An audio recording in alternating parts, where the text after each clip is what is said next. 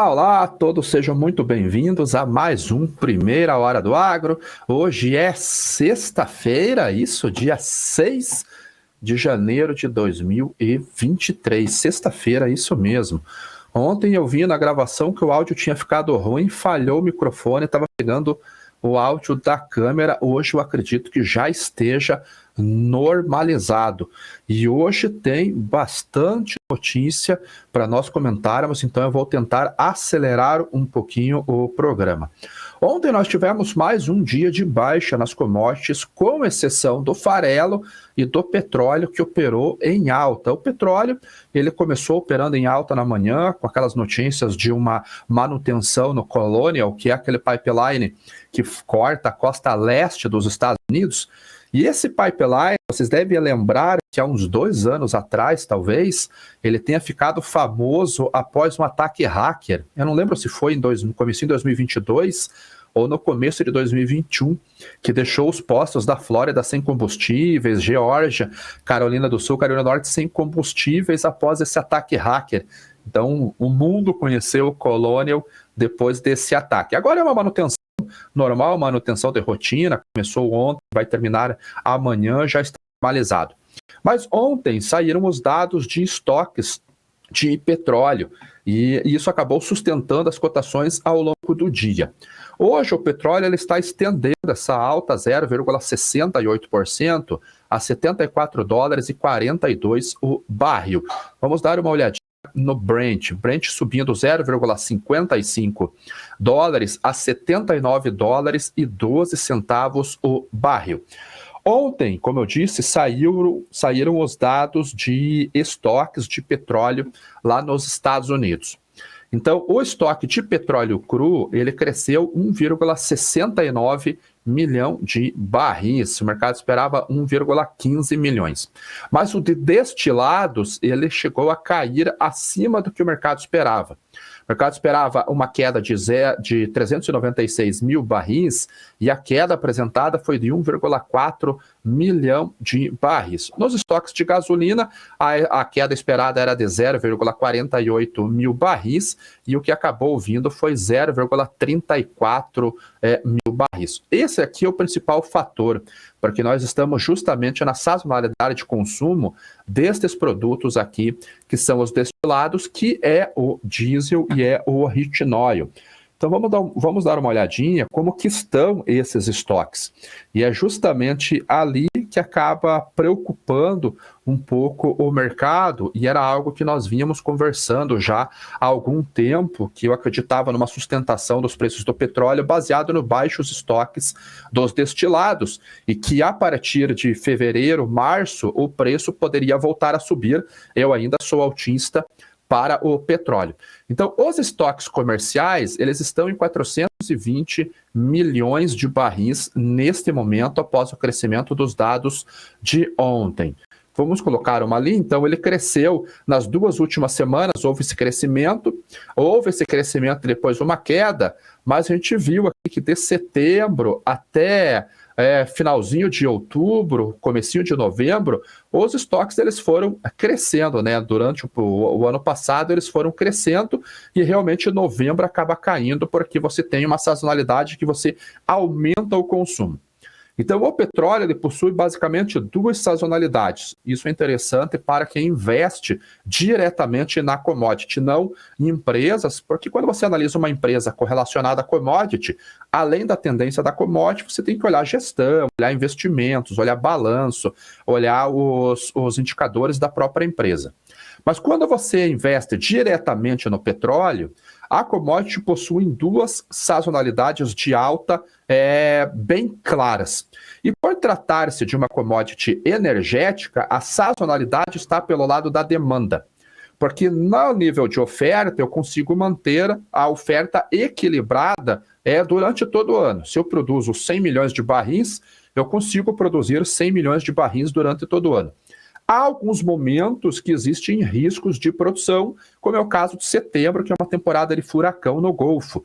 Então, se vier uma temporada muito forte, como veio o Katrina em 2008, como veio em 2021, se não me engano, 2021 teve uma temporada bastante forte também, você pode ter uma redução da oferta. Mas sem esses eventos climáticos, você consegue produzir de maneira igual durante todo o ano. Agora, do lado da demanda, do lado do consumo, você tem picos de consumo e redução de consumo. Então, no meio do ano, no feriado norte-americano, você tem, nas férias de verão, você tem um aumento do consumo de gasolina, justamente porque são férias de faculdades, os estudantes voltam para casas dos pais, férias de verão, você vai para o litoral, isso aumenta o consumo de gasolina, é a principal sazonalidade de alta do petróleo, ele acontece algumas semanas antes, 3 semanas antes do dia 4 de julho. Dia 4 de julho ele atinge o pico e aí o petróleo ele mergulha, os preços caem bastante em setembro. Quando chega no final do ano, finalzinho de setembro, começo de outubro, ele começa o movimento de alta, porque a sazonalidade sai da gasolina e vai para os destilados, que é o heating oil e o gas oil. O gas oil é o diesel. Então você começa a chegar próximo do ao dia de ação de graças, dia do Black Friday, que é um dia depois da ação de graças. Você tem o Natal, você aumenta o transporte no final de ano. As importações norte-americanas, eles aumentam em setembro. Por isso que o peak season do preço dos fretes por containers acontece justamente em setembro. Mais no final de ano, novembro, você tem o pico de consumo do heating oil, que é o óleo de aquecimento, o pico da demanda, aliás, em dezembro, e você consome ele justamente agora. E é justamente isso que está preocupando. Então, vocês vejam que em novembro é feito esse estoque de petróleo, aqui nós vemos a sazonalidade que consumiu, ou começa-se a construir o estoque que vai ser refinado, que vai ser produzido em novembro ou dezembro para ser consumido no finalzinho de dezembro até comecinho de abril. E esses estoques caíram bastante. Esse é o estoque comercial de petróleo. Quando eu olho os estoques de destilados, e é aqui que está a preocupação, ele teve uma queda de 1,4 milhão de barris ontem. E o consumo começou agora. Então, é aqui que preocupa. E se eu colocar numa linha temporal de novembro, a gente vê que os estoques eles aumentaram, o que é normal. Ele vai cair dentro da sazonalidade. Eu aumento para consumir. E agora começa a ser o consumo. Agora, se eu trouxer essa linha para um horizonte de tempo maior, eu vou ver que os estoques estão sazonalmente ultra baixos. Porque nesse período aqui é o finalzinho, como eu já mostro para vocês, é maio. Esse período aqui era o começo de novembro, quando começou a ser feito o estoque. Aqui, maio, abril, novembro. Então, novembro eu tenho um fundo, começa o estoque, consome, ele tem outro fundo. E agora que é janeiro, que seria esses picos aqui, fevereiro, janeiro, eu estou extremamente baixo. Eu estou numa linha muito mais baixa do que eu estava em 2017, 2019, 2020. Então, isso daqui me faz crer que a gente pode ter um movimento de alta no petróleo após as primeiras semanas de consumo do heating oil. Então, esse é um dado que acaba dando uma sustentação para o petróleo nesse momento. Pô, acabei de fechar a janela, minha janela principal aqui. Commodities, vamos ver aqui, ok, voltou. Então isso tem dado sustentação para as cotações da commodity, tanto na Bolsa de Londres quanto na Bolsa de Nova York. Hoje saiu uma notícia também, vocês devem lembrar na semana passada que a Arábia Saudita, ela anunciou que estava pensando em reduzir o preço do petróleo para a Ásia. E ela fez essa redução agora, e o preço do petróleo, o OSP, o Oil Sales Price, chegou na mínima de 15 meses. Então, houve uma redução para 1,8 dólares por barril do petróleo do tipo da origem de Oman, Dubai. Por que eles fizeram isso? A Saudi Aramco fez isso? Porque o petróleo russo é muito mais competitivo. Ontem eu mostrei aqui no programa porque até do norte, do Mar Ártico, está sendo feita exportação para a Ásia, tanto para a Índia quanto para a China. E as margens de refino estão muito boas.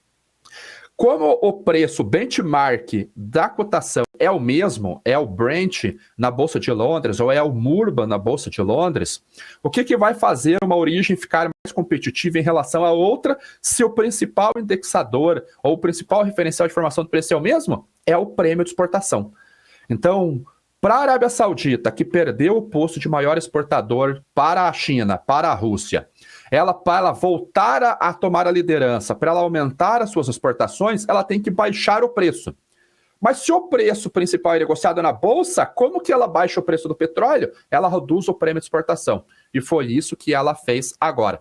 Então nós temos aqui os tipos de petróleo que saem lá de Dubai. O Superlight, ele teve uma queda de 2,4%. Agora ele está em 7,30, vai para 4,95, era 7,35 acima do Brent, agora é 4,95. O petróleo light, que estava em 3,25, foi para 1,80, uma redução de 1,45%. E o petróleo mais pesado, que é aquele que faz a graxa, realmente vamos colocar assim de uma maneira simples, sai de 1,25 para menos 2,25.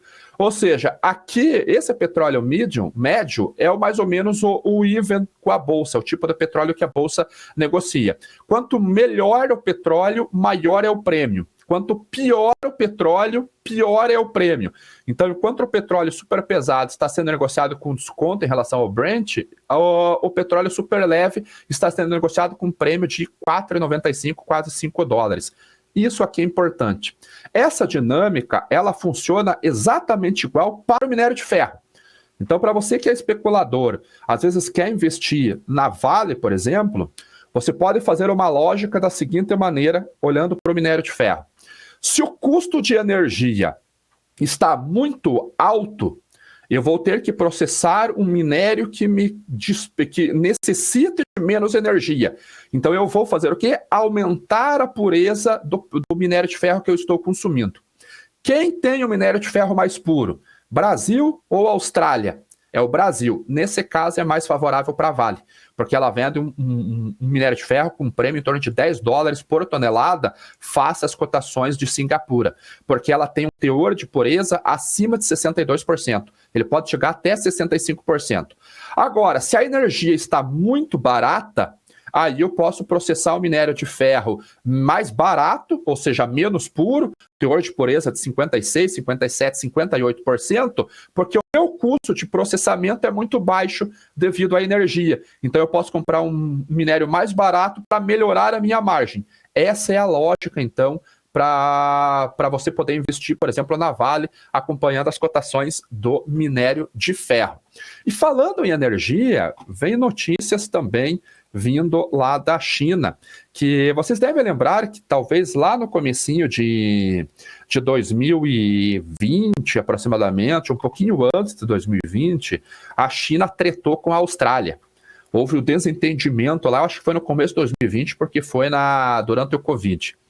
E a China vinha enfrentando problemas de crise de energia mais ou menos desde esse período. Então, a crise energética que veio no ano passado não era novidade na China, já estava vindo há bastante tempo. E essa crise ainda persiste, porque por mais que o petróleo tenha caído, o gás natural tenha caído, o carvão tenha caído também, os preços não caíram muito a níveis de pré-pandemia, com exceção do petróleo no referencial de bolsa, mas no físico ele não caiu tanto assim. E olha a notícia que veio hoje lá da Ásia. A China ela aumenta a produção de carvão e ameniza a proibição de produtos da Austrália para reforçar a segurança energética.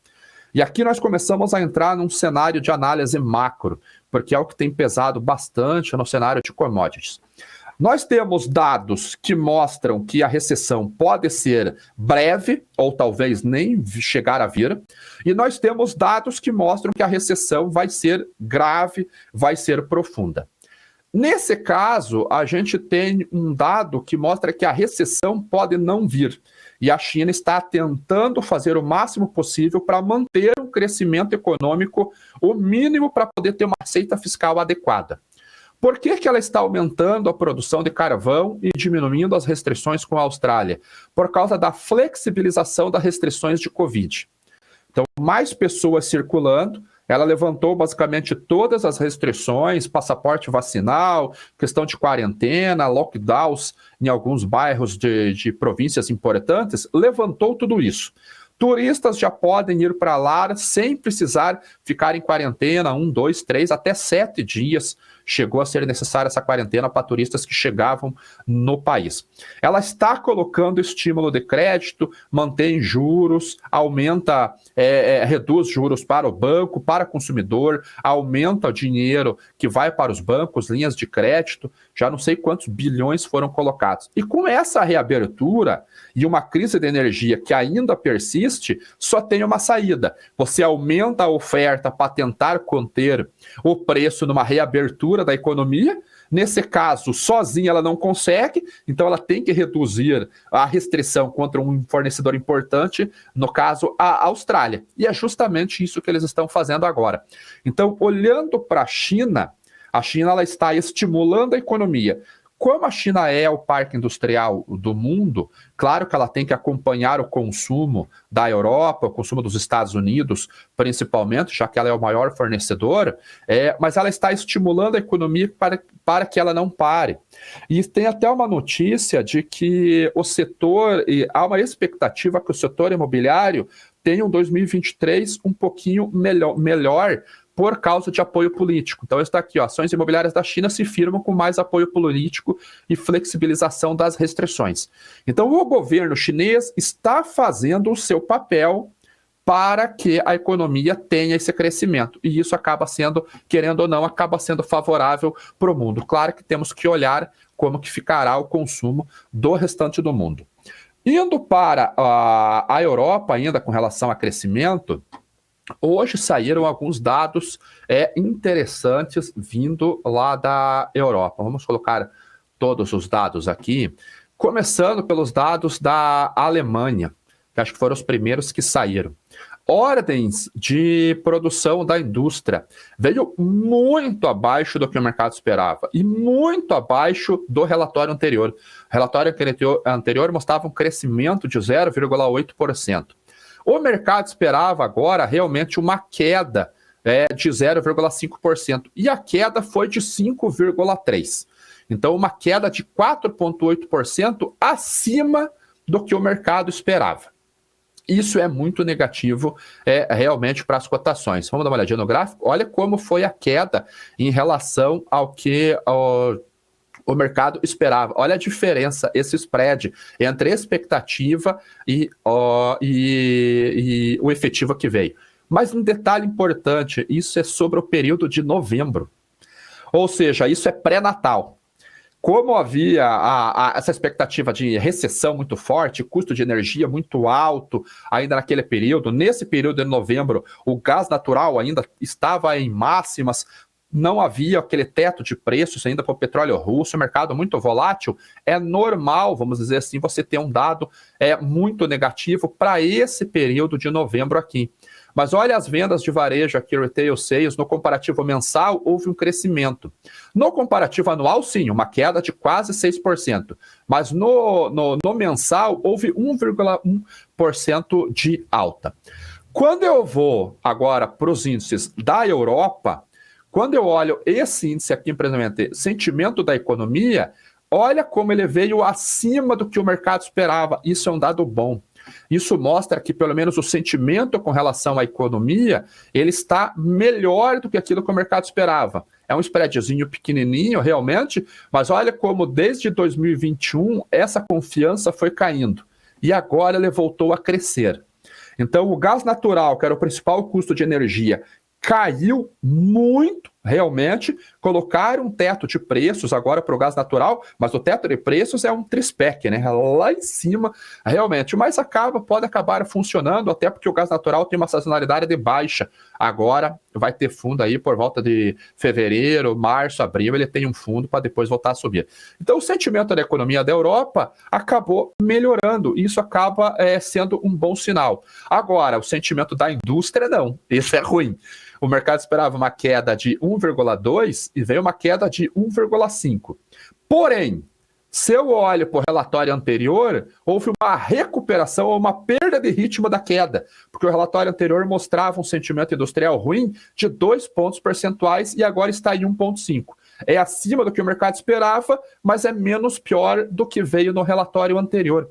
Então, isso acaba sendo um dado positivo. Os dados aqui do consumo, eles acabaram vindo exatamente em linha, 22,2 pontos, 0 a 0, é igual o último relatório. Hoje tem payroll lá nos Estados Unidos, o PMI dos Estados Unidos já veio mostrando contração realmente, e hoje tem taxa de desemprego, tem payroll, e isso sai às 10h30 da manhã. O mercado espera 200 mil vagas. Aqui o relatório anterior, 263 mil vagas. Hoje também, olhando para as commodities agrícolas, às 10h30 nós temos dados de vendas novas para exportação. Até o PMI negativo, ele acaba derrubando as cotações de commodities energéticas. É o que acabou influenciando bastante nas últimas quedas do petróleo. Indo para as commodities agrícolas agora, o café, mais um dia de queda, 0,84% de queda, já abaixo de 160 centavos de dólar por libra-peso, 159,25 nesse momento. No curto prazo, a gente tem ainda a recessão pesando bastante, e o pessoal pediu para eu comentar novamente sobre os fretes. Como o áudio ficou ruim ontem, eu não consegui comentar exatamente sobre a questão do frete poder funcionar como um indicador antecedente de recessão junto com o PMI. Então eu vou repetir de uma maneira mais rápida aquilo que eu falei ontem. Quando nós olhamos questão de frete, o frete ele é algo que acontece antes das contratações. O PMI ele é um sentimento dos gerentes de compra. Então nós olhamos para a indústria, os institutos eles consultam a indústria para ver se eles estão otimistas e vão elevar as compras ou se eles estão pessimistas e vão reduzir as compras. Quando nós temos o PMI na linha de 50 acima, a economia está em expansão. Quando o indicador está em expansão. Quando olhamos de 50 abaixo, quer dizer que está em contração. O sentimento é de menor consumo à frente. Então, o PMI ele pode funcionar como um indicador antecedente da atividade econômica, já que os gerentes de compras vão adquirir menos produtos. Se você olha só para o PMI, ele pode, no mês próximo, ele ter uma mudança no sentimento. Porque você pode olhar o gerente e falar, não, peraí, a crise não é tão ruim assim. Eu acho que a gente vai ter um consumo, talvez uma sazonalidade, por exemplo, de consumo venha logo à frente e você precisa aumentar as compras e você tem a esperança que vai melhorar 1-2 meses à frente. Então o PMI, ele é um indicador antecedente, mas ele pode ser um indicador antecedente sozinho que pode causar alguma distorção. Quando eu olho o mercado de fretes internacionais, não há especulação em contratação de frete. Existem, claro, no comércio exterior, cotações que você faz com armadores para saber alguma referência de preço, até gerar uma concorrência entre eles. Mas quando você efetiva uma contratação, é algo que vai acontecer. Então, não há especulação em contratação de frete. Quando nós vemos indicadores de fretes caindo, quer dizer realmente que as compras estão muito baixas. Na segunda-feira, ou na terça-feira, o BDI, que é o Baltic Dry Index, que é um indicador que mede cargas secas a granel, ele caiu 17%. Aqui nós temos 3 categorias de navios. Navios Capesize, que é o que transporta o minério de ferro e carvão. Nós temos o navio Panamax, que é o que transporta grãos, e temos o navio Supramax, que é o que transporta fertilizantes, açúcar e um pouco de carvão. Então, na terça-feira, houve uma queda de 17%, ontem uma queda de 5%, e hoje mais uma queda de 2,5% no indicador geral. Quando eu olho o indicador do Capesize, hoje teve uma queda de 0,79%. Mas na terça-feira ele caiu 27%, ontem ele caiu 7% e hoje ele caiu mais 0,79%. Como todo o minério de ferro negociado na Bolsa é para a China, a gente vê que o mercado a China não está comprando minério de ferro nesse momento. Ou seja, a Vale não está enviando muito minério de ferro para lá, a BHP, a Anglo-América não estão enviando muito minério de ferro para lá. No Panamax também houve uma queda de 7%, 5% e hoje uma queda de 3,34%. E aqui há várias rotas, são 24 rotas de transporte de grãos que medem. Como eu tenho PMIs em contração nos Estados Unidos, na Europa e na China, mostra que o sentimento de compras dos gerentes da indústria estão realmente negativos. Quando eu olho as compras efetivas, através da contratação de fretes, eu tenho um confirmador, vamos colocar assim, desse sentimento. E quando você faz uma contratação de um frete, de uma carga seca a granel, diferente do que acontece com um container, é para embarque em 60 dias, 90 dias. E é algo que vai ser estivado em 60, 90 dias e vai demorar mais 30, 40 dias até chegar no destino, ser feito a desestiva e ir para o estoque para o consumo. Então é uma cadeia longa. Então, a gente tem esse tipo de dado que corrobora com uma recessão que pode vir e pode ser forte por um consumo. Nós temos dados de sentimento da economia mostrando que a recessão pode não ser muito forte e aqui nós entramos num risco. Qual que é esse risco? Um balanço entre oferta e a demanda ruim. Muitas curvas de futuros de commodities, elas estão com a curva invertida ainda. Um exemplo é o café, um exemplo é a soja que se inverteu, um exemplo é o milho que está invertido. Isso quer dizer que o balanço entre o que eu tenho de oferta e o que eu tenho de demanda não está muito adequado.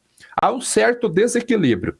Se eu tenho compras menores saindo nesse momento, quer dizer que os estoques nos destinos estão baixos. Se eventualmente o preço cai o suficiente para estimular o consumo, a economia começa a recuperar em V, vamos dizer assim, ou num U mais estreitinho, uma velocidade maior da economia. Eu com estoque baixo, eu tenho que acelerar as compras. Qual que é o primeiro indicador que vai me mostrar essa retomada? Os fretes internacionais. Porque eu tenho que contratar essa compra, até lá o preço sobe, eu tenho que contratar essa compra, maior procura por navios, aumenta o frete. Por isso que o BDI pode ser utilizado como indicador de fretes. Agora deixa eu mostrar para vocês os containers, por que o café tem sofrido bastante, como eu mostrei para vocês. O café hoje, mais um dia de queda, ou acelerou a queda 1% nesse momento, e olha como as cotações para o vencimento maio fizeram o movimento desde o agosto. Eles simplesmente derreteram os preços. A oferta nós já sabemos que não será tão cheia quanto o mercado previamente está acreditando. Só que os fretes de container para a Europa não caíram tanto. Se eu olho o indicador geral de fretes, deixa eu voltar aqui no overview e descer lá embaixo e ver o FBX, o Freightos Baltic Index, e olhar aqui também o Harpex ou o Shanghai Baltic Index, eu vejo um movimento de queda muito grande. Mas quando eu vou no especificado, porque como eu disse, há mais de 24 rotas de transporte nisso daqui, quando eu olho na rota do transatlântico na costa leste, ou seja, costa leste da América do Sul, para a costa leste da Europa, quando eu coloco esse indicador aqui, eu vou ver que ele não caiu muito. E um detalhe interessante, 2023, que é a linha amarela, sazonalmente está mais alto desde 2018. Então, olha onde que está a pontinha aqui de 2023, o custo de frete. Nesse período, desde 2018, é o frete mais alto. Então, ele fez movimentos de alta, principalmente no ano passado e 2021, e depois ele caiu bastante, mas ele começa em patamares mais elevados. Então, isso tem atrapalhado a demanda por café nesse momento, porque o replacement, o custo de reposição do café na Europa ainda está caro, apesar da queda do derivativo, os bases estão mais altos que tradicionalmente estariam, e o frete internacional do Brasil para a Europa, que como bloco é o principal comprador, ainda está muito caro. Agora, rapidamente, para nós encerrarmos, commodities agrícolas. Hoje o trigo subindo, depois de algumas quedas, ontem ele fechou com uma leve alta, mas quase nada, a gente vê que praticamente é só um pavio que tem no dia de ontem. milho subindo 0,8%, acompanhando o trigo. Nós temos clima na Argentina como suporte, temos oferta do Mar Negro como resistência. Óleo de soja voltou a subir, fechou em queda ontem. Farelo subindo 0,95% e a soja recuperando depois de três sessões de quedas muito fortes. Semana que vem, quinta-feira, tem o ASD, relatório de oferta e demanda global. Tradicionalmente, em janeiro, as cotações se movimentam baseado nesse relatório. O que pode ter de surpresa nesse relatório? A oferta da Argentina, porque o mercado ainda não colocou no preço a quebra da Argentina. O USDA, ele acredita que haverá uma oferta razoável vindo dos hermanos, próxima a 49 milhões de toneladas. Eu aposto em 39 milhões. Só que o USDA, naturalmente, não vai fazer essa redução agora, nesse momento, né? Ele vai ficar, com certeza, talvez se ele reduzir uns 2, 3 milhões de toneladas. Então eu acho que a hora que vier os dados da Argentina, principalmente para o mercado, que pode ser em fevereiro, no relatório ASD de fevereiro, a gente vê as cotações voltando a subir, já que você pode perder em torno de 10 milhões de toneladas, se eu estiver certo, de oferta global de óleo e farelo de soja no mercado. Como teremos só o Brasil e a dinâmica é prêmio para baixo, a gente pode ter uma sustentação com viés de alta na Bolsa de Chicago. O que eu sei os fundos estão liquidando posições de commodities agora devido aos riscos de recessão. Então, quando eu trago aquela planilhinha que é disponibilizado para os assinantes do Relatórios Agro, eu vejo que eu teve 3 dias de vendas aqui, 23 mil contratos liquidados do milho, na soja 19 mil contratos, o farelo 3.500 contratos, o óleo 7 mil contratos e no trigo 13 mil contratos liquidados. Prêmios hoje. Como que estão os prêmios, e nós já encerramos. Hoje eles estão sustentados até uma leve alta aqui nos prêmios de 3, 5 pontos, 6 pontos, mas eles já derreteram bastante. E para encerrar, realmente, você tem interesse em aprender a investir em commodities, tem um QR Code, quem está assistindo aqui pela BMC News, é só apontar para QR Code, eu vou deixar no chat do meu canal, é só fazer a pré-inscrição e nossa equipe comercial entra em contato contigo para efetivar a sua matrícula na imersão Commodities, e lá nós vamos mostrar tudo isso que eu falo como notícia para vocês, eu mostro na prática como que é utilizado. O que eu peço para vocês agora é o like. Como tem pouco like, brincadeira de criança, realmente, pouquíssimos likes. Vamos dar o like aí, pessoal, e bora Bill. Vamos lá, pelo que eu vi, não tem nenhuma pergunta aqui, nem na BMC, e nenhuma pergunta aqui no canal. Ou não entenderam nada, ou entenderam tudo. Então, obrigado, pessoal. Voltamos na segunda-feira